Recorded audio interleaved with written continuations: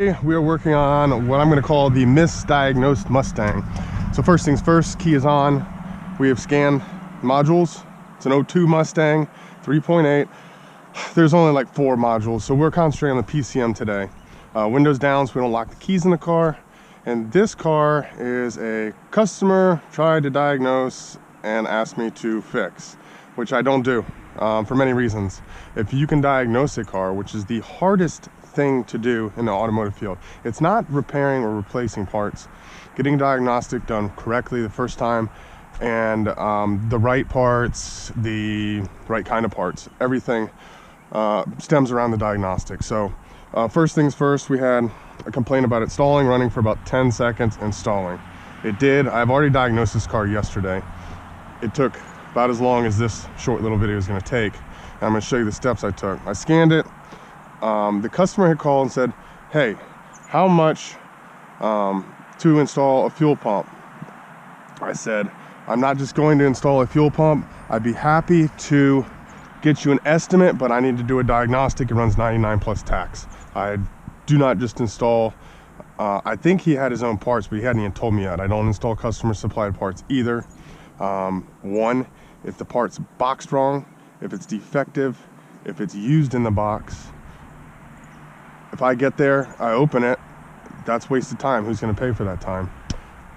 2, if I install $10,000 plus worth of parts every month, so for the last 10 years, I know what parts work. I know which ones absolutely have to be OEM, original equipment from the dealer. I know what aftermarket works. So it's not an option. No parts are supplied by customers for multiple reasons, and those are a few of them. So continuing with this diagnostic, the customer called, said, oh, it needs a fuel pump. And I said, send me the VIN, I'll get you an estimate. They never sent it. And so this was bought by the used car lot that I help out. And it does start. Yesterday it would start, install, run for about 10 seconds, and just like it's about to do now. So we can't, because of the age of this vehicle, we can't use much live data. We are going to look at fuel rail pressure sensor circuit high. We're going to look up the code, which I did yesterday. And so before I even looked up the code, I was like, let me take a peek under the hood, which I've already checked the oil on this. And it looks like diesel oil. And diesel oil is a purplish black color because of the fuel that gets forced by the piston rings. And it makes it that color. So when you see it in a car, a gasoline vehicle, it's either worn piston rings or it's been overfueled. And you see, it's got this hazy color. It's not brown, and it's very watery, and it smells like gas. So this needs an oil change to get the fuel out of the oil, and I believe it's been overfueling because as I looked around, just doing a visual inspection of everything, they also told me they thought it was coils. It's not coils, it's not the fuel pump. I got to, hey, maybe I'll need to check fuel pressure, and bingo, boop. There's supposed to be a barb right here on the fuel pressure sensor that this plugs into that looks like it's been boogered up with glue, and they tried to fit that piece that just fell out back in there because it was broken off. So if we go into our live data, let's go from there and see what this sensor's reading. Read live data. Oh, I think I gotta turn the key on. I'm gonna select all. We're in OBD2. There's no point in going into factory on this vehicle because we're not gonna get very far if we go with factory. And all these data PIDs are going to be very, very, very slow due to the fact that this is an 02. Intake air temperature is 44, coolant temp's 80, mass airflow is at 0, and our fuel rail pressure gauge says 43. And we are plugged in. Let's start it up and see. It'll run long enough to register. We're right here at 43 psi, 83, 60, 86. See, those numbers are 80 is way too high. 43 to 50 I think is specs on this. So, and it went into closed loop as we can see here. So it did go into closed loop. Now, out of curiosity, let's take this out so it doesn't use it as a reading. And it's gonna go into open loop fault because it needs that sensor to determine how to fuel. back into our live data, and the default when it's unplugged is 89. A lot of sensors like an intake air temperature, a coolant temperature. If you unplug it, or an ambient air temperature, it'll go to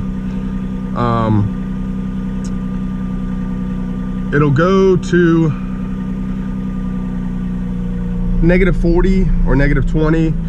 It'll stop the air conditioner from running, because like an outside air temperature sensor, if it fails, it goes defaults to -20 sometimes, or 40, and that's unsafe for compressor. So a lot of these are, this is the default when it's unplugged. It's just the reading the computer takes. It did go into closed loop, which is surprising.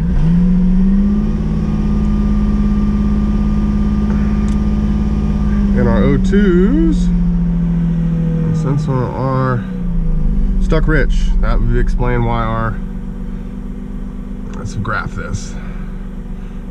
Yeah, they're not fluctuating much at all. They are, it's running rich. It's dumping too much fuel because it's on a open loop. See, it's trying to pull 20% because it doesn't have that fuel pressure to tell it how much fuel do I spray based on the pressure. It thinks it's 89, so it's reducing the fuel pulse, but it can't enough to pull enough fuel out. So we also need to check powers and grounds to the switch. We know the switch is, the fuel pressure sensor is broken because of this barb, so we need to repair that. Either place a new piece of vacuum line here. I don't know if there's a vacuum diagram. There's a vacuum diagram right here. It says fuel pressure sensor to manifold vacuum. It doesn't say it T's anywhere else. So that, we want to make sure that this is correct. It looks correct, the pre-bend and everything, but there's something melted or glued in here. So we may just have to run a new loop of vacuum line, but we need to check powers and grounds to this as well. Just because this barb is broken doesn't mean that the sensor is not good. It may be missing a power ground. So let's pull up a wiring diagram. I'll get a multimeter set up. We'll check that. We'll replace this, and I'll be back in a second. Next, we have two 5 volts. We have a ground. The one 5 volt is actually the signal, and then the other 5 volt right now is biased because it's not plugged in, but should change once it's plugged in. While we were off camera, let's finish tightening this down. We changed out this fuel pressure regulator. It is tight. All right, it just wiggles in the bracket a little bit. This bottom plate is separate of the plastic, so it just holds it down with 2 O-rings. We had to compromise and use a line that was smaller. For now, this is an O2. To find the factory correct vacuum line might be difficult, so for right now we had to use one. This is a different size than this barb, so we had to use the one that fits this and force it on here, and it's about as far as it'll go. This will work for now. So we're going to plug this in. We're going to clear the codes. We found our powers and grounds. We fixed our vacuum source. Let's get everything out of the way. We need to change the oil as well to eliminate any fuel trim issues. So key on. Let's go back to our main menu of our OBD2. Let's go back. Clear fault codes. This should clear our fuel trims as well. DTCs have been cleared. Let's go to live data. Select all. It's OBD2. There's only like 27 PIDs, as they're called. Parameter identification or something or other. Open loop currently because we're not running. Long-term 0, short-term is positive 43. Let's see what it does once we're running. And you have to excuse the tick, tick, tick. This has an exhaust leak. Long-term is positive 11. And we're still in open loop. But this wouldn't run smooth prior. Fuel rail pressure, 39 PSI. That looks like an accurate reading to me. So it looks like we've fixed our fueling issue. Customer called me, said I need a fuel pump. No, it doesn't. If you just go and install a fuel pump, you've got what, $400 or $500 tied up there. This repairs much less than that, and it's fixed correctly the first time. Engine coolant's 102, air flows 9. Should be a little lower than that, but the idle hasn't stabilized. We also noticed the belt is chirping.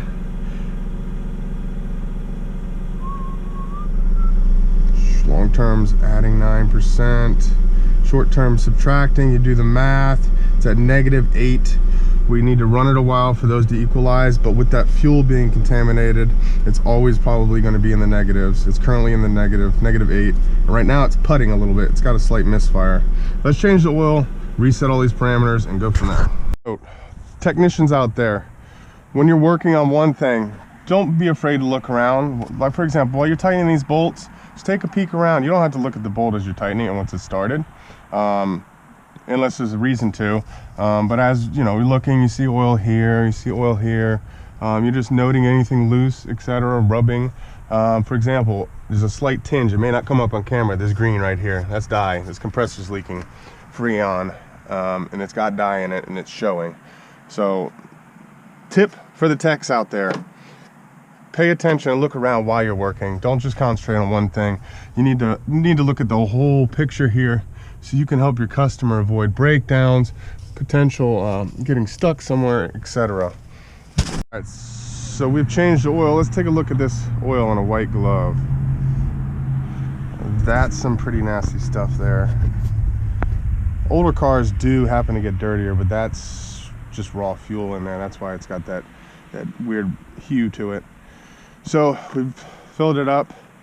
We're going to top it off, make sure there's no leaks. Then let's lower the car, put all our tools up, and we are going to look at the live data now and take this thing for a test drive, make sure it's all fixed. I forgot about the keep alive memory that are in Fords. Keep alive active status. Let's see if we can clear output control, but there's no place to clear keep alive memory in this. DTCs. We still had a high evap code, so its drive cycle is not complete. We still have a slight miss, so we may have to look at it later. But once again, we're calling this the Misdiagnosed Mustang. It's fixed for now. If they need anything else, we can deal with it. Ignore the theft light that's on because I'm in the scanner right now. So we'll catch you in the next video. A little bonus footage for I don't know, I came back in here to check this again. You gotta remember, fuel trims don't change instantly. Long term is very long term. It's the median average long term. Short term is current. You know, it's gonna fluctuate a little bit. And it was that long term was positive and short term was subtracting 20%. The fuel trims were all screwed up because it thought it was getting 90 psi pressure, so it was subtracting fuel, which coincided with the short terms. Now long terms at negative, short terms are going back up towards positive. Long terms will follow until they both settle somewhere in between. Once it's finally figured out, it's constantly adjusting, so it's pulling it back to zero short terms, and then the long terms have already gone past, and then they'll pass and they'll go positive again, and eventually they'll settle somewhere between -5 and +5, which is completely acceptable. So this car's fixed, and it's also not stumbling or missing as much. So I think the pulling the fuel, adding the fuel long term was causing a little bit of that. It still has a hiccup. I think it's got a plug that's fouled. Like I said, it's for another diagnosis, another day. All right, so we've changed the oil. Let's take a look at this oil on a white glove. That's some pretty nasty stuff there. Older cars do happen to get dirtier, but that's just raw fuel in there. That's why it's got that weird hue to it. So we've filled it up. We're going to top it off, make sure there's no leaks. Then let's lower the car, put all our tools up, and we are going to look at the live data now and take this thing for a test drive, make sure it's all fixed. All right, so we've got this thing running, closed loop. It's almost warmed up. We're trying to warm up everything a little more. Little puffs of smoke. I think these plugs are probably fouled from fuel. It's got a little hiccup idle. It revs pretty good. The tailpipe, I think it's just condensation. It's cold out here. It's 39 degrees, 40 degrees right now. But our concern is we got fuel trims, I can't test drive this because it doesn't have a tag on it. But our fuel trims are -17 and -11. Those are out of spec. But our long terms, they were up higher. Everything's compensating right now still. They're holding out at 0. I think a test drive with this would really help. -13, -10.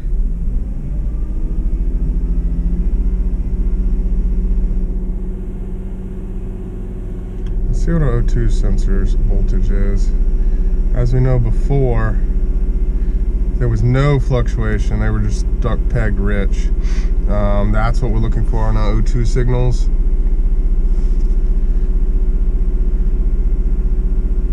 And this does depict the difference in short term, the fact that orange is rising.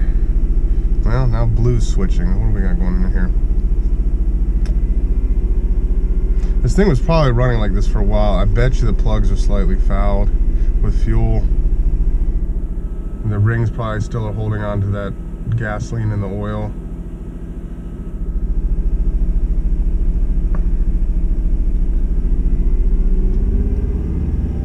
See what our rear O2s are reading.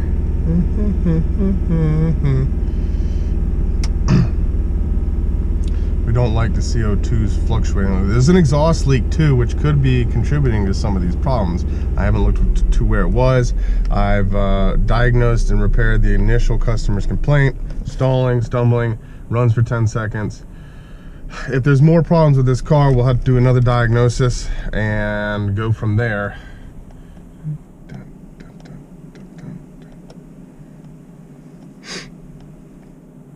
Yeah, the orange side has more activity from here. We may need to look into that because, like I said, it is missing just a little bit. Let's load it up and drive. One O2 that's reading lean all the time. That would be bank 1 sensor 1. Let's see what short term bank 1 sensor 1 -10. Subtracting fuel. Sorry, rich then. Long terms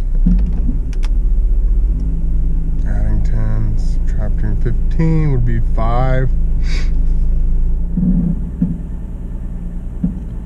Yeah, this thing's misfiring. I wonder if this thing has a power balance. I don't think it does, being an O2. It's gonna take a minute to log in because of its age. Let's go directly into Ford and look at everything. I'll plug you back in once we're there. I forgot about the keep alive memory that are in Fords.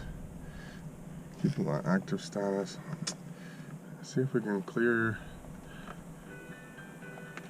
output control, but there's no place to clear keep alive memory in this. DTCs. We still had a high evap code, so its drive cycle is not complete. We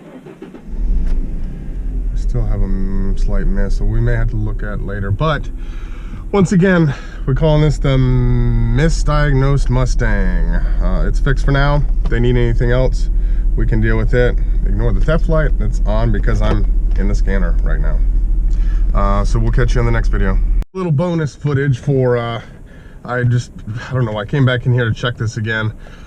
You gotta remember, fuel trims don't change instantly. Long term is very long term. It's the median average long term. Short term is current. You know, it's gonna fluctuate a little bit. And it was that long term was positive and short term was subtracting 20%. The fuel trims were all screwed up because it thought it was getting 90 psi pressure, so it was subtracting fuel, which coincided with the short terms. Now long terms at negative, short terms are going back up towards positive.